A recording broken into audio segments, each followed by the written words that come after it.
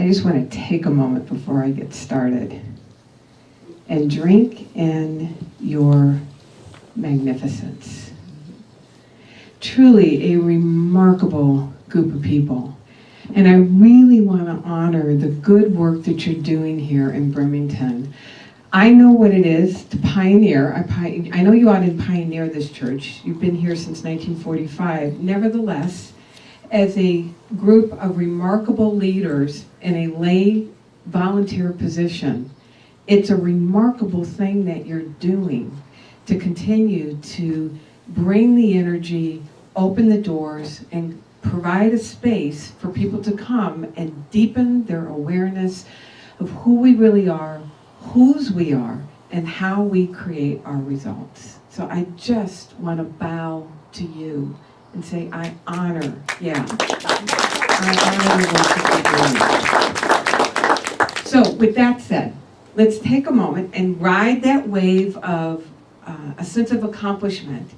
And on this Father's Day, that as we all celebrate the men that gave us, well, they didn't do the birthing, but they contributed, and honoring the creative life force that wove you into existence and woke you up this morning. Let's take a moment and reflect on your life. Let's look back over the years and just take inventory, take stock of the things that you've accomplished, your successes, the things that you're proud of, the jobs well done, the dreams achieved in the face of impossible obstacles. When you look back over your life, what comes to mind right now that you feel, wow, I did that. I'm proud of myself. Y'all got it? You got something? I hope more than just one. Now, in that same stream of energy, look back in your life right now and notice the things, the blessings in your life, the things that you're grateful for, the things the really good things that came to you just because you're here. There wasn't a single thing you had to do to earn or deserve it. Y'all got that? It feels good, huh? That's what it is to really kind of squish around in the deliciousness of the presence of Spirit in our lives. That God speaks to us, Spirit speaks to us in the form of those words, you are my beloved child in whom I am well pleased, and good work, good and faithful servant. Well done, good and faithful servant. All right, now let's switch gears and let's do a 180 turn, because now what I'm going to encourage you to do is to look over your life right now. And look at the places where you feel a sense of pinch, a sense of dissatisfaction, a little bit of longing, and maybe even some, I don't want this. And I'm going to encourage you to look at 4 areas. The area of your health, your relationships, your vocation, how you're sharing your gifts, your time with the body of humanity, whether it's paid or volunteered, and your freedom in your checkbook and in your calendar. Notice if there's any resistance to going there. You know, the part of us that may say, yeah, but if I do that, then I'm not being grateful for what I do have. Or the part that may say, if I really start looking at my discontent, then maybe I'm going to have to do something about it. But right now, be willing to lean into it and notice those places where you are feeling a pinch. Because one of the things I want to help you understand today is we celebrate the source of all being, the energy that wove every single one of us into existence. That edge of discontent, that reach for longing, that's not your voice. That's not your desire. That's the desire of Spirit seeking a richer, freer, fuller expression by means of you. It is the way that Spirit wakes us up to more. We are unlimited in our capacity to create. Every single one of us has been endowed with unlimited capacity to create anything that we can think of. And the only way this life force energy has of getting our attention to wake up to more of that is to cause us to be pinched in our current circumstances. Because it's in the reach, it's when we reach for the more, that we discover more of who we are, more of what we're capable of, and more of God in our life. But as we do that, we become more aware that there really is a system that is the cause of our results. We deepen our awareness of this stream of life that wove each one of us into existence. And we continue to create a life where several times a day there's a feeling that rises up inside of us and we hear ourselves saying, oh my God, I love my life. And that's what we're up to today. So, Unity of Bremerton, are you game? Oh, Lordy. Why do it just happen? I'm going to add, because the universe heard you. The stream of intelligence just picked up the hesitation. So, are you game to deepen your relationship with the stream of intelligence that woke you up this morning? Absolutely. Yes. Thank you. Yes. Are you? See, now, you will appreciate this. I preached in the South for 15 years. I'm sorry. I've always had an amen quarter. Now, I realize I'm in Washington. But maybe we can get, and I'm heating up. Amen. Yes! And are you game to learn what it is to unlock your potential and put it in greater service to an even more delicious life that bears witness to the power and the glory of the one that indwells you? Are you all game for that? Amen. All right, good. I'm in the right place. You're in the right place. All right, so let me share with you why I am so on fire with this. I have been a student of spiritual law for decades. I found this in 1982. I'm 58, so what is it? 35, 36 years I have been a student of this. I began to apply new thought principles. My life got better. How many people in here can relate that when you found unity principles and you started applying them, your life got better? All right, so about maybe half the room. All of us. Yeah. So, outside looking in, I wanted for nothing. I didn't want for anything. And there was a point where I hit a ceiling, and I felt myself with a high degree of dissatisfaction and discontent. And the two areas for me where I really felt that pull for more, and I just got stuck, was in the area of my vocation and my income. I wanted to grow both because I wanted to make a bigger impact in both areas. Now, I don't know what your areas are, but I do know you have them. How do I know that you have them? Because you're breathing. And as a living, breathing being, Spirit is always inviting us into more. And this signal from your soul is that invitation. So for me, it was income and vocation. And I gave myself a gift where I allowed myself to feel the depth of my dissatisfaction enough to become willing to make a decision. Now, the power of a decision is that once you make a decision, you are in, and there is no backing up. And the decision that I made was that I didn't care what it was going to take. I was going to get this spiritual success stuff figured out. I realized what I wanted was to discover a paint-by-numbers spiritual success system. Would anybody else like that? Yeah. I also knew I wanted help, that I'd gone as far as I could, doing it the way that I had done it. And again, it was really good, and I wanted help for more. That's when I discovered the power of a highly calibrated mentor. Looked around to see who was teaching it effectively, who was proving it in their life, and who cared about my own transformation and results. I made a decision to step into a form of support that I had no idea even existed, and certainly couldn't see in my own life. Didn't know how I was going to do it necessarily, but I knew how to get started. And that's all we need to do, is know how to get started. Now, why this is important to you is because, number one, this is the process of the next stage transformation, is to get in touch with your dissatisfaction and discontent. And as a result of saying yes in the boldest way that I have ever said yes up to that point, I have discovered a system where I've taken spiritual law and have learned how to apply it that has fundamentally transformed not only the trajectory of my own life, but the trajectory literally of thousands of people around the world that I have been able to help. And that is what I hope to bring to you all today, to deepen your awareness and invite you to step into what's calling you into more. So, give you a sense of what my results are so you can see what this looks like in real-time transformation. At the height of my discontent, I was serving maybe 50, 60 people annually. As I shared, I truly have the honor of serving thousands of people's dreams, literally around the world. And my income may not be your area, but put on what is your income. My income in a relatively short amount of time grew over 1,000%. And what I'm grateful today is that my monthly income now surpasses what my annual income used to be.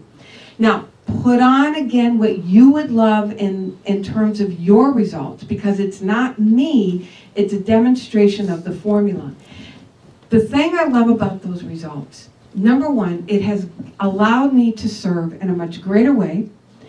It has allowed us to do things like move to Southern California. My relationships are deeper. My health is more vibrant than it ever has.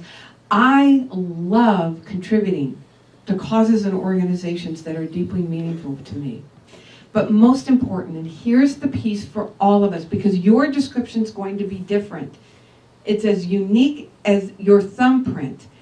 And the real gift that comes from raising your hand and saying, I want more, and deepening your awareness of how our results are created is who you become in the process. I love what Bob Proctor says, who I've studied with personally.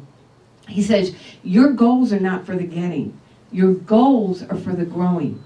It's who you transform into in the process of raising your hand for what's nudging at the door of your heart. And that's what we're up to today. Y'all with me? All right, so I'm doing a broad stroke this morning, and then we're going to get much deeper into this afternoon during the workshop. And let me say this about the workshop. This is my way of continuing to give back to New Thought communities. When we take up a love offering, 100% of that is coming back to your church. It's my way of really supporting the good work that you're doing here. So, foundationally, the foundation that all of this is based in, we are unlimited in our capacity to create. Unlimited. Amen. Okay, hang with me. And what is that creative capacity? It's our thinking capacity. That quantum physics is now proving what spiritual masters have taught throughout the ages, that what we predominantly mentally rehearse in this faculty of our imagination and charge with our emotions has a frequency to it, has a vibration to it. It then impresses into this field where there are waves of energy hanging out in what's called superposition. And in some fantastical way, it organizes according to the pattern that we give it and creates our results. Charles Fillmore, it's basic unity principle. Thoughts held in mind produce after their kind. Who's heard this? Of course you have. Imagine how reverently we would treat this if we really understood this. Folks, this is the most potent energy in the entire universe. And if we really got the gift that we've been given and our capacity to create through the intentional use of the faculty of our imagination, it would drive us to our knees in awe and gratitude and absolutely take our breath away. So just breathe that in for a moment. And we would come to understand the necessity to dedicate our lives to learning how to live from the most potent question, the holiest of all questions that we can learn to live from, which is, what would I love? What would I love? What would I love to do, have, give, and be? Because it is love itself seeking expression through the answer to that question. So let's just take a moment and let's lean into that question. So I'm going to encourage you just to gently close your eyes. And let's imagine, we're going to go 3 years out, not because it's a strategic plan, but because there's a part of you that has an opinion about what it thinks you can accomplish in a year. So let's go 3 years out. June 17th, 2021, it all worked out. You love your life. And we're in a conversation, and we're talking about your life. What's the conversation that we're having about your life? In the area of your health, your relationships, the good works that you're doing in the world, whether it's paid or volunteer, and your freedom on your calendar and in your checkbook, where you're no longer playing the money may I game, but you're choosing what to do with your finances. See the images. Use this remarkable faculty of our imagination to consciously, intentionally weave images that when you think about them, your whole system lights up with aliveness. Feel the feelings as if it's already happened. Notice if you're playing along. Feel the very depth of love streaming up through those images as you allow yourself to entertain what's possible for yourself. Are y'all playing along? All right. Now, gently open your eyes. If you were really playing along, you'll notice two phenomena that got triggered, which is what makes this such a powerful form of transformation, and why so few people truly understand the level of rigorous discipline that's required to move from conceptually knowing about this to actively applying this in your life consistently. Number one, there is that in every single one of us that when we start thinking more expansively, automatically starts going to the land of our facts, the land of our effect, to start gathering data to support why what you want to imagine is not a good idea. Amen. Yeah, and you don't even know you're doing it. It's so insidious, this pull to keep you right where you are. It's called our habit. It's called our paradigm. And it will do everything in its power to dial that good feeling down and start stacking evidence as to why this isn't reasonable, this isn't really what God wants. These are all the reasons why it won't work. And now you're watering the answer to the question, what would I love, down?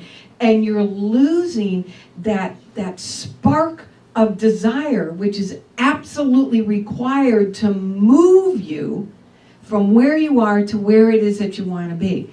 Do y'all notice that happening inside of you? Yeah.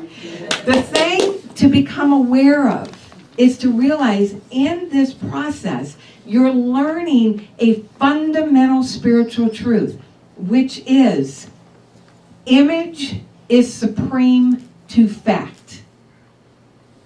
I'm going to say that again to let it land. Image is supreme to fact.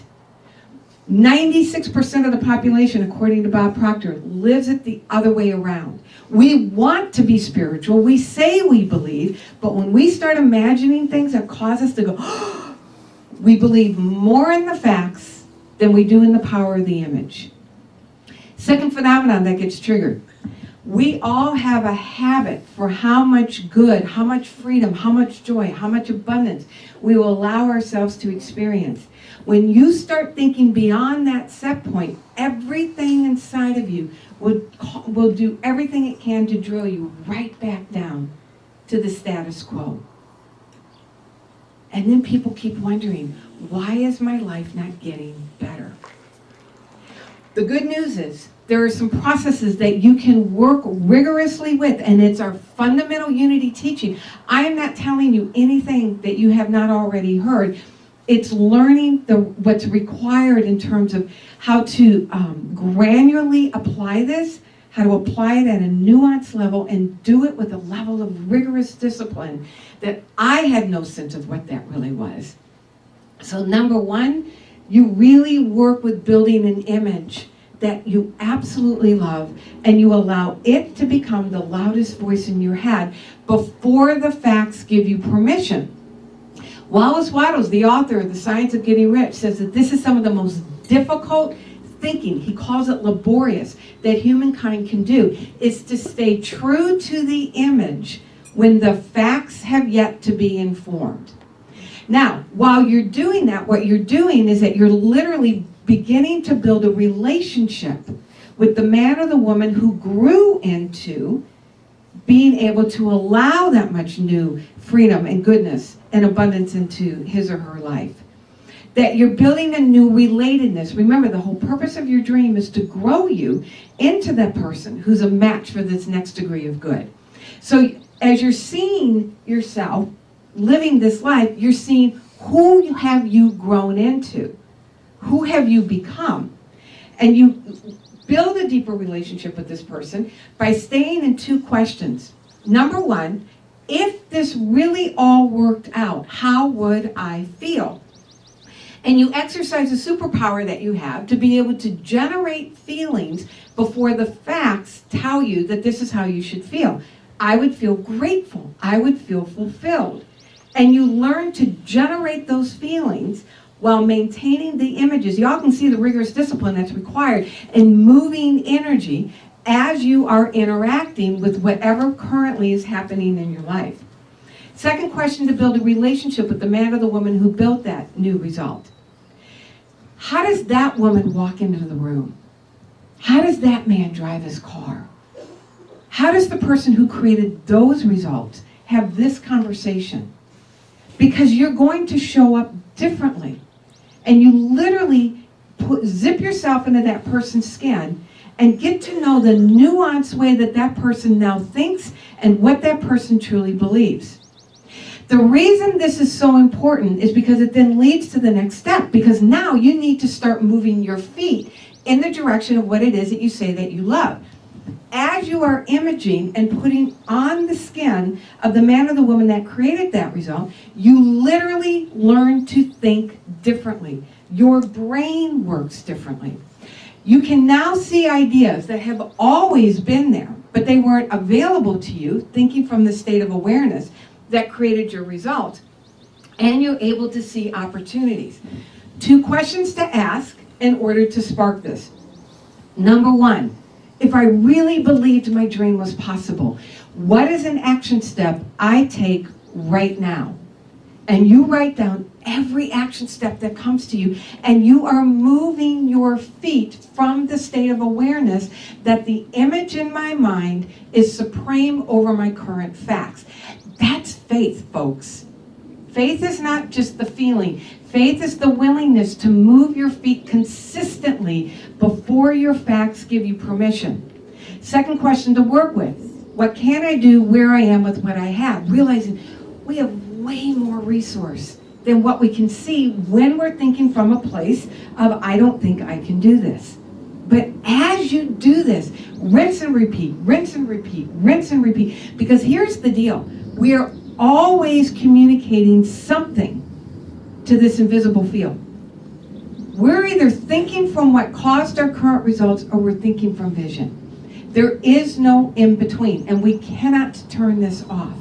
But as you're doing that, rinse and repeat, rinse and repeat, rinse and repeat. Watch how you transform, your results transform, And you grow your ability to allow this greater degree of freedom, not only into your life, but to sustain it.